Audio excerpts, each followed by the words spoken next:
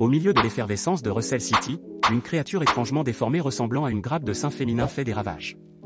Cependant, un maquis de nuit chargé de tuer de telles créatures garde la ville, un homme à la carrure massive, à l'appétit démesuré et au goût prononcé pour les femmes à forte poitrine, est monté en flèche. Pendant ce temps, une jeune fille rousse, Sophie aînée, erre dans les quartiers de la ville, chargée de mallettes, à la recherche d'un certain Eldorado. En pianotant sur son téléphone, elle reçoit un message du magicien de la lune, un diseur de bonne aventure auprès duquel elle espérait obtenir des informations.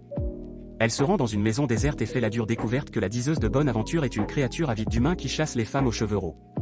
Cependant, à sa grande chance, un sort arrive et fait fuir les créatures. Ils font connaissance dans un restaurant où Swart informe Sophie que de telles créatures sont appelées horreurs, et que celle qui la poursuit est susceptible de retourner à sa cible. Sophie rencontre également Zaruba, le partenaire de Swart, une entité Madagu qui a guidé tous les mythes maquis avec le titre de Garrot et l'armure, acceptant d'appâter l'horreur dans Swart et Sophie travaillent ensemble. Dans un endroit isolé, ils parviennent à retrouver l'horreur. À la surprise de Sophie, Swart interroge l'horreur sur l'Eldorado tout en la combattant. Alors que l'horreur se transforme en sa véritable forme, Swart dépose Sophie en toute sécurité et, avec Zaruba sur son vélo, conduit l'horreur jusqu'à un pont. Revêtu de sa magnifique armure Garrot, dorée et illuminée de circuits violets, il sort son épée massive, soufflant l'horreur dans un camion-citerne et l'achevant dans une explosion. Alors que les gens paniquent après l'explosion et la mort de l'horreur, Luke, un alchimiste de maquis, surplombe la ville et invoque la pluie. L'averse efface la mémoire de la foule et rétablit la paix. Luke arrive au restaurant et se dispute avec Swart pour qu'il ne soit pas imprudent et qu'il n'implique pas les gens du peuple dans ses missions. Cette fois-ci, elle est déterminée à retrouver Swart. Au restaurant, le duo formé par Luke et Swart est félicité par le patron par l'intermédiaire de la serveuse. Elle apporte un gâteau. Alchimiste chez Maquis, Belle Bugs et femme, Gina s'infiltre dans le quartier général d'un chef de gang, Damian. Frappant de plein fouet tous ceux qui se trouvent sur son chemin, elle atteint l'étage qu'elle vise mais ne parvient pas à y entrer et bat en retraite. Pendant ce temps, Swart se laisse séduire par une prostituée dont il voit les seins. Il serre sa main dans une prière reconnaissante mais est interrompu par l'entrée de Gina. Ils se retrouvent tous les deux dans un bar, et Swart s'extasie devant Gina, indiquant qu'ils ont eu une relation intime. Gina explique que Damian pourrait s'être allié à un agent de l'horreur qui fournit des informations afin de monter en grade et d'avoir besoin de son aide pour la mission. De plus, Swart pourrait profiter de l'horreur et obtenir des informations sur l'Eldorado. Lors d'une réunion des gangs qui prévoit d'éliminer Damian, ce dernier fait irruption et déclenche un bain de sang en ramenant un homme à son quartier général. Les hommes de Damian se rassemblent pour assister à la scène où un ordinateur, possédé par une horreur, dévore l'homme. Un nouveau venu dans le gang est également témoin de la scène. Damian explique qu'il nourrit l'horreur en échange d'informations. Gina complote pour obtenir l'ADN de Damian en le séduisant et en donnant à Swart un délai de 60 secondes pour pénétrer dans le sol. Lors d'une fête au bord de la piscine, elle embrasse Damian, obtient son ADN sur ses lèvres et éteint le système de sécurité. Dès que le système est rétabli, Swart est confronté à l'ordinateur de l'horreur, tandis que Gina est capturée par Damian et ses sbires. Cependant, le nouveau venu, troublé par les méthodes de Damian, l'aide à s'en sortir et la sauve. En combattant l'horreur, Swart se transforme en armure Garrot et la tue habilement. Les deux hommes exécutent leur mission avec succès, entraînant la mort de Damian. De retour au bar, Gina fait ses adieux à Swart, lui laissant une lourde facture à payer. Un style classique de Gina. Sophie discute avec la serveuse du restaurant pour lui dire où se trouve Swart. Elle cherche désespérément à retrouver son frère Martin Henness, qui a disparu et dont le seul indice est l'Eldorado.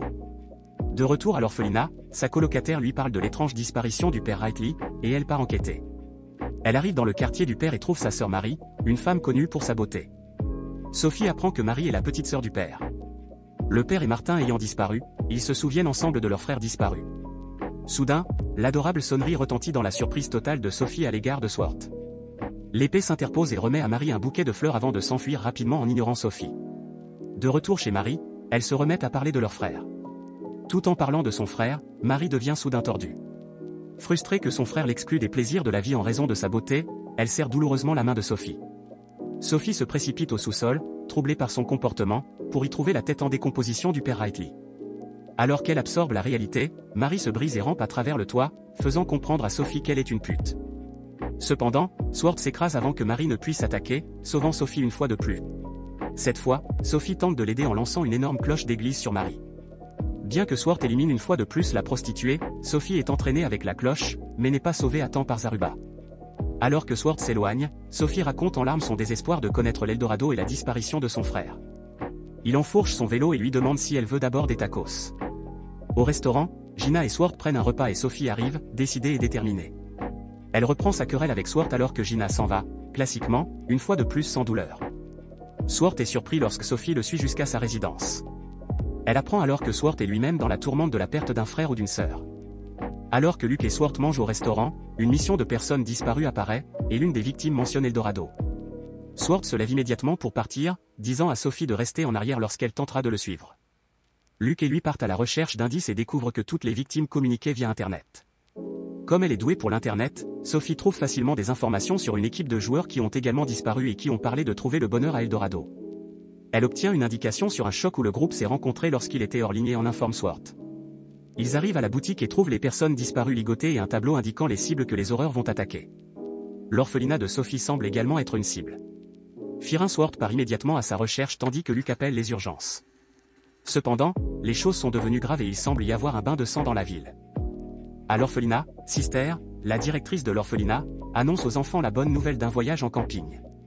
On sonne à la porte et un homme, représentant l'association qui a offert le voyage à l'orphelinat, arrive. L'homme est immédiatement emballé. Avec son sourire gênant, Sophie et Sœur Plâtrée comprennent vite qu'il s'agit d'une horreur. Sœur défend ses enfants pendant que Sophie se met à l'abri et revient la chercher en pleurant et en réclamant une épée. À sa grande horreur, elle découvre que sa sœur est gravement blessée. Soudain, un homme étrange ressemblant à Luke marche et tue l'horreur, puis la sœur. Il se tourne vers Sophie, le roi d'Eldorado te convoque. Marmonne-t-il. Cependant, avant qu'il ne puisse atteindre Sophie, Luke et Swart arrivent et la gardent. Swart se place devant l'homme qui garde Sophie. Il s'élance pour tenter de s'échapper. Luke le prend immédiatement en chasse, tandis que Swart escorte Sophie jusqu'au lieu de combat. Il s'avère qu'il s'agit de l'ancien chevalier d'argent qui a abandonné sa voie, devenant un chevalier noir et embrassant le mal et l'avidité pour une force immense. L'homme, qui a les mêmes cheveux que Luke, se révèle être le père de ce dernier. Il se moque de Luke parce qu'il est un fledgling et lui inflige de graves blessures. Alors qu'il s'apprête à le tuer, Swart s'écrase, le sauvant et affrontant le chevalier lui-même. Au restaurant, une situation d'urgence a été annoncée et tout le monde s'est empressé de tenter de protéger la ville et de construire des lignes de défense. Philon tente de calmer Sophie, toujours ébranlée par la perte de sa sœur bien-aimée. Nifen, qui la frappe à l'aube, la redresse pour qu'elle soit forte et l'emmène au sous-sol pour la mettre à l'abri. Cependant, même s'ils sont attaqués par des horreurs qui tentent d'emmener Sophie. De retour en ville, les deux chevaliers s'affrontent de manière impressionnante, réduisant tout à néant autour d'eux. Le chevalier noir propose à Swart de rejoindre Eldorado en dégradant sa force qui le protège, insistant sur le fait que cela n'a aucun sens et que les faibles doivent mourir. Se souvenant de sa chère sœur qui ressentait le mal, Swart se met en rage et abandonne son épée. Il prend le chevalier à poing nu, sa meilleure arme et sa force brute. Il le frappe et le blesse gravement. Cependant, le chevalier s'échappe en lui disant d'aiguiser sa lame jusqu'à la prochaine fois. Cette nuit-là, la ville se termine sur un air de profonde mélancolie. Aux funérailles de sa sœur, Sophie reste silencieuse pendant que les personnes en deuil lui rendent hommage. Son corps s'alourdit lorsque sa colocataire se met à pleurer en réclamant sa sœur. Luke est allongé dans son lit, couvert de bandages et de talismans de guérison, tandis que Swart lui apporte de la nourriture. Mangeant tranquillement, Swart regarde la destruction de la ville autour de lui, jure de ne plus jamais permettre autant de pertes, et part en souhaitant à Luke de se rétablir rapidement. Plus tard, la Didéouêtre transmet les ordres de Swart. Elle l'informe que l'Eldorado semble se trouver à l'ouest. Il reçoit l'ordre de s'y rendre avec Sophie, pour un voyage de 3 jours jusqu'à leur première étape, Sandel Dios. Swart quitte Russell City avec Sophie, laissant Luke et Philon s'occuper de lui à mi-figne. Pour son premier voyage, Sophie est éblouie par le monde extérieur. En chemin, Sophie croise un fauve blessé et insiste pour qu'il attende qu'il soit en sécurité. Bien qu'elle fasse fuir Swart, il cède. Cependant, la mère du fauve arrive bientôt et l'emporte. Lorsque Swart revient, il trouve une Sophie aux yeux pleins de larmes, se souvenant de ses sœurs qui ont pris soin d'elle, tout comme la mère du fauve. Elle prend Swart dans ses bras et s'effondre en pleurant. Quelque part, le chevalier noir rencontre une femme et un homme, l'informant de l'existence de l'épée de Goronite. Les trois semblent déterminés à servir le roi d'Eldorado. Avec les habitants de la ville et le désespoir, les horreurs se multiplient. Luke, qui va beaucoup mieux, reprend son travail. Cette nuit-là, il se souvient de sa famille. Son père, le chevalier noir, était un chevalier d'argent réputé qui a abandonné son poids et sa cupidité pour la force. Sa mère, Adélaïde, qui avait découvert ses efforts et les avait découragés, était tombée sous ses coups et était morte avant Luke. Le lendemain, avant de quitter la ville pour rejoindre les autres dans l'affaire Eldorado, il visite un mémorial pour ceux qui sont morts. Luke, témoin de la scène, se souvient des dernières paroles de sa mère lui disant de toujours consacrer sa force à protéger, et non à obtenir comme son père. Peiné, mais ragaillardi, il décide de consacrer sa force à la protection des gens. Il fait ses adieux à Philon, à Efang et au personnel du restaurant. Un shérif, Toufil, remet à une femme nommée Nathalie un avis de recherche d'un homme gigantesque recherché pour enlèvement de mineurs. Il l'informe que l'homme a été retrouvé avec un enfant qui se dirigeait vers leur lieu de résidence, Sandel Dios. Swart et Sophie arrivent à Sandal Dios. Elles sont accueillies avec beaucoup d'hospitalité et s'assoient ensemble, et le bar Fisting et Nathalie leur parlent de la ville. Ils étaient dans une situation désastreuse en ce qui concerne la loi et l'ordre depuis que la police et le gouvernement les avaient abandonnés. Mais avec toute l'aide de Phil, ils sont revenus pour protéger leur ville eux-mêmes, sans qu'ils le sachent, et tout cela est son grand plan pour se procurer Sophie. Sophie quitte la table pour aller aux toilettes. En sortant, elle trouve Nathalie qui l'emmène vers une voiture de police avec un fil à l'intérieur, lui répétant qu'elle est en sécurité. Sophie s'embrouille et appelle Swart, mais elle est forcée de monter dans la voiture et emmenée. Pendant ce temps, Swart est malmené par les habitants qui l'assaillent de leurs bras et enchaînent son vélo. Il se retrouve impuissant à les attaquer puisqu'il s'agit d'humains et non d'horreurs, une tactique astucieuse utilisée par l'horreur. Alors qu'il s'agite, son vélo s'écrase avec Gina à son bord. Sur une autoroute, Nathalie se rend compte qu'un remplissage n'est pas humain et protège Sophie. L'épée arrive aussi à temps et tue le shérif, mais un homme, le même que celui que le ténébreux a rencontré et qui se prétend évêque, semble le contrôler. Il fait exploser la ville et disparaît. Sophie est ravie de retrouver Gina et tous trois poursuivent leur voyage ensemble. Dans une région désolée, un homme demande à son propriétaire de lui indiquer un ami disparu qui y avait séjourné et qui avait disparu. N'ayant nulle part où aller, il reste là pour la nuit, avant d'être dévoré par une horreur liquide qui l'attaque depuis la baignoire, parée par le propriétaire. Swart, Gina et Sophie arrivent dans les bidonvilles abandonnés par les autorités plus à l'ouest. Elles s'arrêtent près d'une falaise où elles prévoient de camper lorsque Sophie aperçoit un motel. Ravie de pouvoir se reposer sur un lit pour la nuit, elle s'installe dans le motel. Sophie se lie d'amitié avec le fils du propriétaire qui lui parle des difficultés de sa famille. Plus tard dans la nuit, Gina et Sophie prennent un bain ensemble tandis que Swart s'extasie sur le caractère sacré des melons à l'extérieur de la porte. Elles discutent à bâton rompu, Sophie demandant à Gina si quelqu'un lui plaît. Soudain, l'horreur fait irruption dans la baignoire et les attaque, mais Gina reprend rapidement le contrôle. Pendant ce temps, au sous-sol, la femme du propriétaire retrouve son mari et l'horreur qu'il nourrissait pour de l'argent. L'horreur, furieuse d'avoir échoué à dévorer Sophie et Gina, lui fait subir une attaque. Mais avant qu'elle ne l'atteigne, Swart intervient et sauve la femme. La laissant elle et son fils en sécurité, il tue le propriétaire. Plus tard, Gina remplace leurs souvenirs par ceux de leur motel, soufflés par une tornade et dont le propriétaire a été tué. Une fois de plus, les trois partent pour continuer. Ils s'arrêtent pour la nuit et tentent de localiser l'Eldorado. Gina suggère d'aller au pays de l'orientation et d'être dirigés vers l'Eldorado, un lieu d'essai pour les alchimistes maquais. En chemin, ils atteignent un village, Fairsail, un village maquais construit sur des îles de roseaux tressés flottant sur le lac.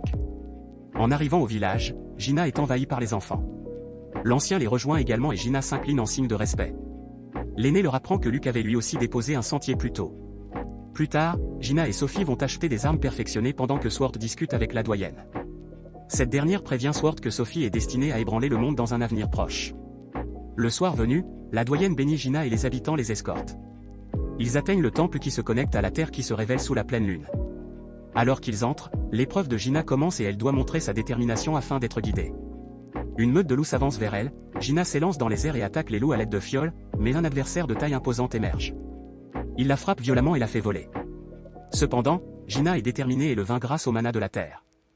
Après sa victoire, le gardien du temple possède Maya, l'animal de compagnie de Gina, et parle à travers elle. Il leur indique où se trouve l'Eldorado. Une leçon du roi de l'Eldorado est l'entité qui a forgé un ancien anneau de mal absolu. Grâce à cet anneau, elle possède un autre qui lui permet d'accomplir indirectement le mal et de contrôler les horreurs. Soudain, Sophie a une vision de son frère appelant à l'aider le gardien qui ramène Maya à la normale leur laisse la pierre de protection. Cependant, la pierre a besoin de volonté pour protéger son détenteur et Gina la donne à Sophie pour sa sécurité. Des bus remplis de gens traversent des bidonvilles et entrent dans une magnifique ville métropolitaine. Une femme assise à l'intérieur gazouille avec reconnaissance la chance qu'elle a d'être arrivée à l'Eldorado à un homme étrange. Mais elle s'aperçoit qu'il a disparu. L'homme se promène dans la ville en posant des questions au hasard sur le roi et, lorsqu'il n'obtient pas d'informations, il dévore les gens. Il se prostitue après le roi pour essayer de mettre la main sur le pouvoir qu'il détient. Cependant, l'intrus n'est pas passé inaperçu et Bishop est au courant. Assis à l'écart, l'homme remarque que la femme du bus est abordée par un autre homme. Il l'achève en lui donnant des laissez-passer pour un club populaire de la ville. Plus tard, la femme arrive au club, un lieu animé et vibrant. Elle s'y amuse jusqu'à ce que l'annonceur sur scène la mette en vedette avec deux autres personnes en tant qu'invités spéciaux. À sa grande horreur, la foule, qui se trouve être composée d'horreurs, commence à les manger les uns après les autres. Elle tente de s'échapper et tombe sur un homme étrange qui lui arrache la tête avant de tuer tous les autres. Après son bain de sang, il conduit l'annonceur et atteint la tour du roi. À son insu, l'évêque a déjà mis à la reine la femme présente à la réunion, avec le chevalier noir à ses trousses. L'homme entré se retrouve face à la reine, une huile horrible pour le roi. Elle l'affronte sans pitié, lui infligeant de graves blessures et l'obligeant à se précipiter à l'extérieur, dans la ville. L'évêque le retrouve et le chevalier noir le tue d'un coup de couteau, mettant fin à son entreprise.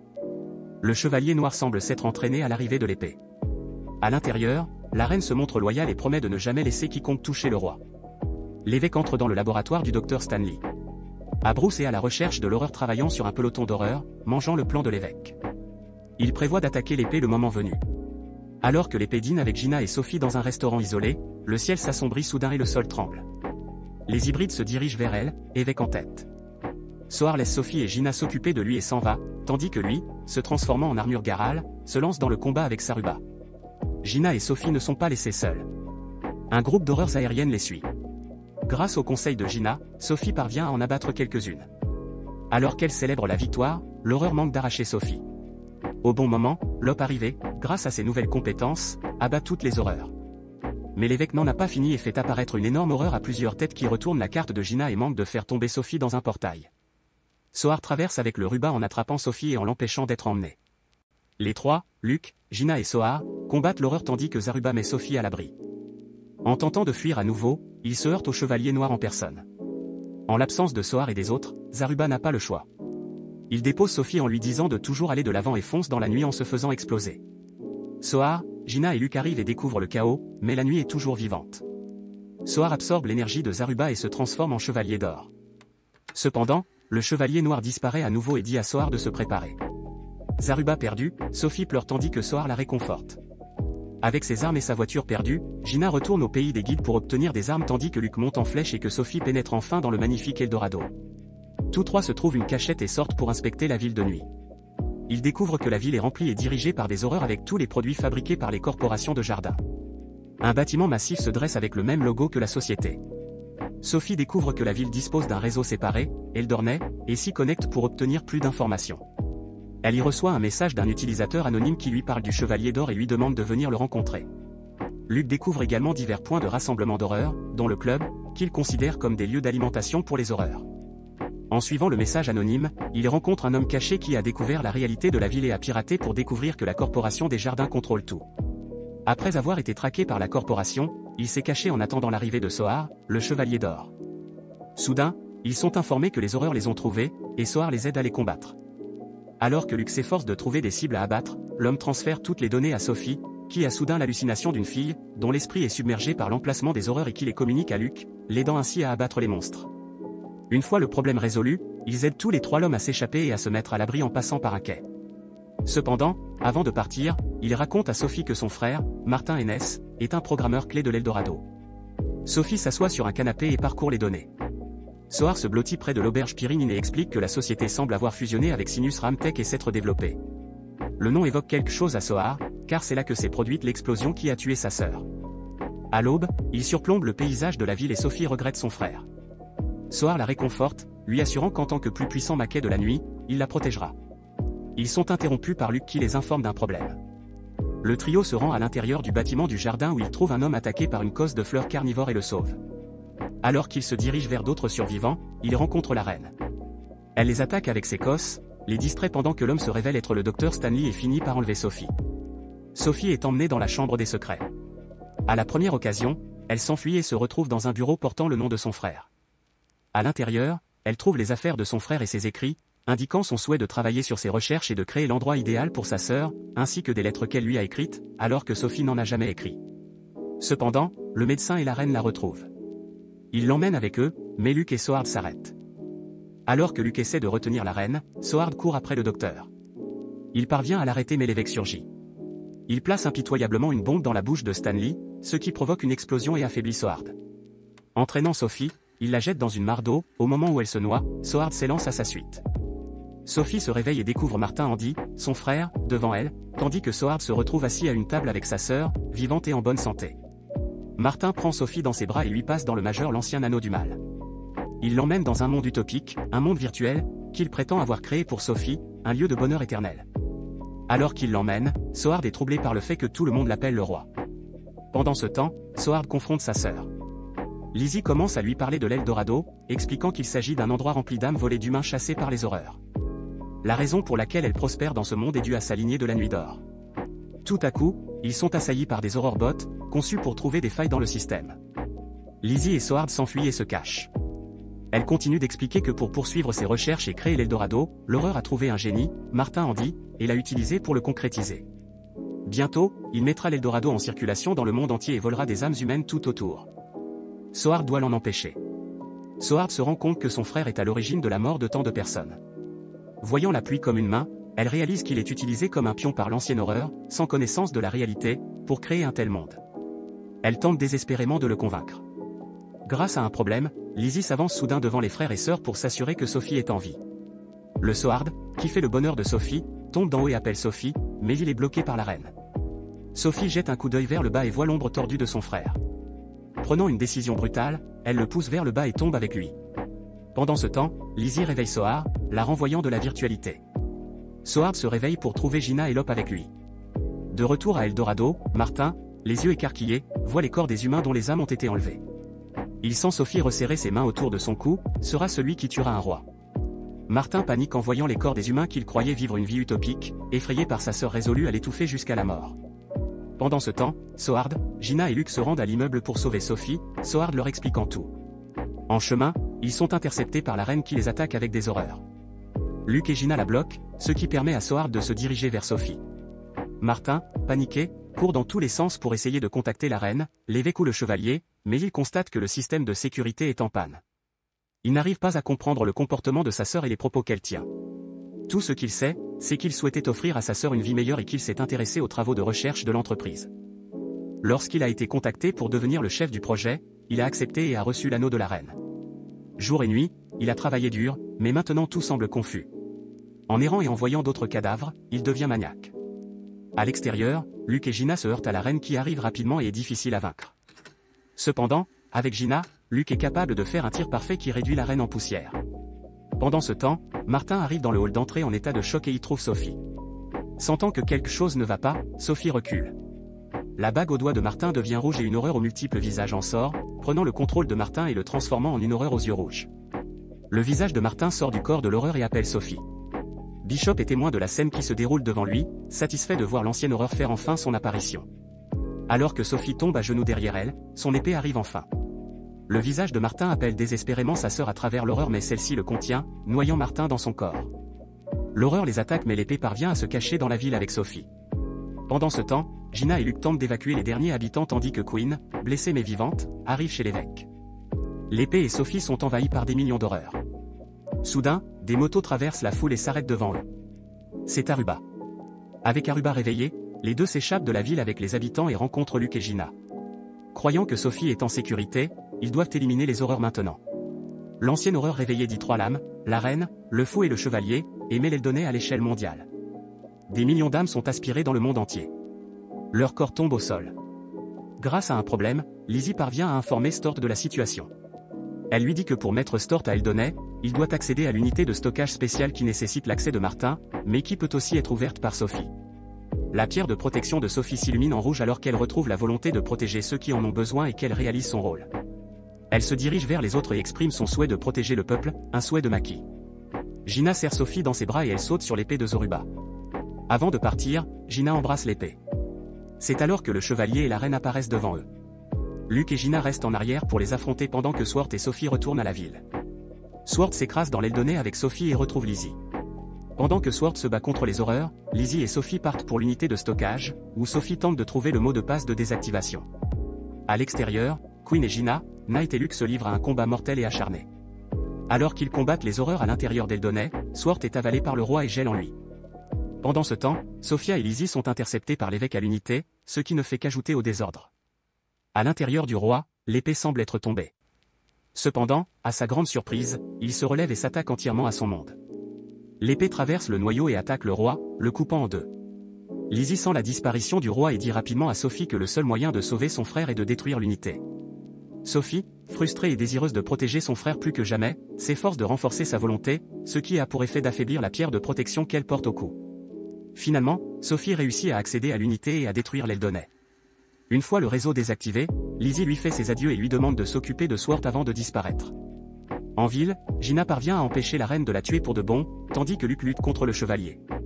Cependant, Luke B et Swart, sentant la fin d'Eldoney, traversent l'espace en direction de la porte de sortie de King's Broken Self, soulagé de pouvoir enfin rentrer chez lui et prendre un repas. Cependant, ses efforts sont interrompus lorsque le Chevalier Noir apparaît une fois de plus devant lui, apportant des ennuis. Le Chevalier Noir se tient devant Swart. Il prétend que son contrat avec l'anneau a été rompu. Il se tient devant lui, prêt à affronter son libre arbitre. Swart accepte le défi et charge vers lui avec sa force brute. Se transformant en armure garrot, il accélère pour lui donner la part de gâteau qu'il attend désespérément. Sophie se réveille après avoir retrouvé Luke et Gina, définis par l'Eldo. Aussitôt, elle leur demande des nouvelles de Swart, mais leurs expressions sont sans appel.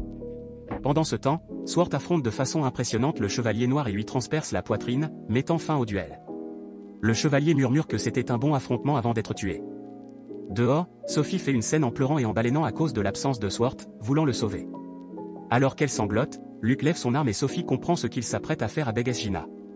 Cependant, c'est Swart qui avait demandé à Luke de le faire. Il tire dans le ciel en invoquant la pluie et en effaçant ses souvenirs pour de bon. Un an plus tard, la ville croit que la calamité qu'elle a subie est due à un ouragan. Sophie, l'aînée, passe ses journées à s'occuper des enfants de l'orphelinat. Cependant, elle est souvent désemparée et se sent perdue. Un jour, elle se perce accidentellement le doigt et se souvient soudain de certains de ses souvenirs. En trouvant un collier en pierre de promesse dans ses vieux vêtements, elle se souvient de tout et se précipite au restaurant. Elle y retrouve Gina et est soulagée de savoir que Swart va bien. Enfin, elle exprime son souhait de devenir l'une des maquets. La serveuse sort en sautillant en servant une part de gâteau symbolique de la part du patron, approuvant son souhait et lui permettant de continuer à travailler au restaurant. En partant, Sophie aperçoit une épée empaillée qui sort d'une des portes. Appréciez cette vidéo, n'oubliez pas de vous abonner et d'appuyer sur la cloche de notification pour d'autres vidéos étonnantes.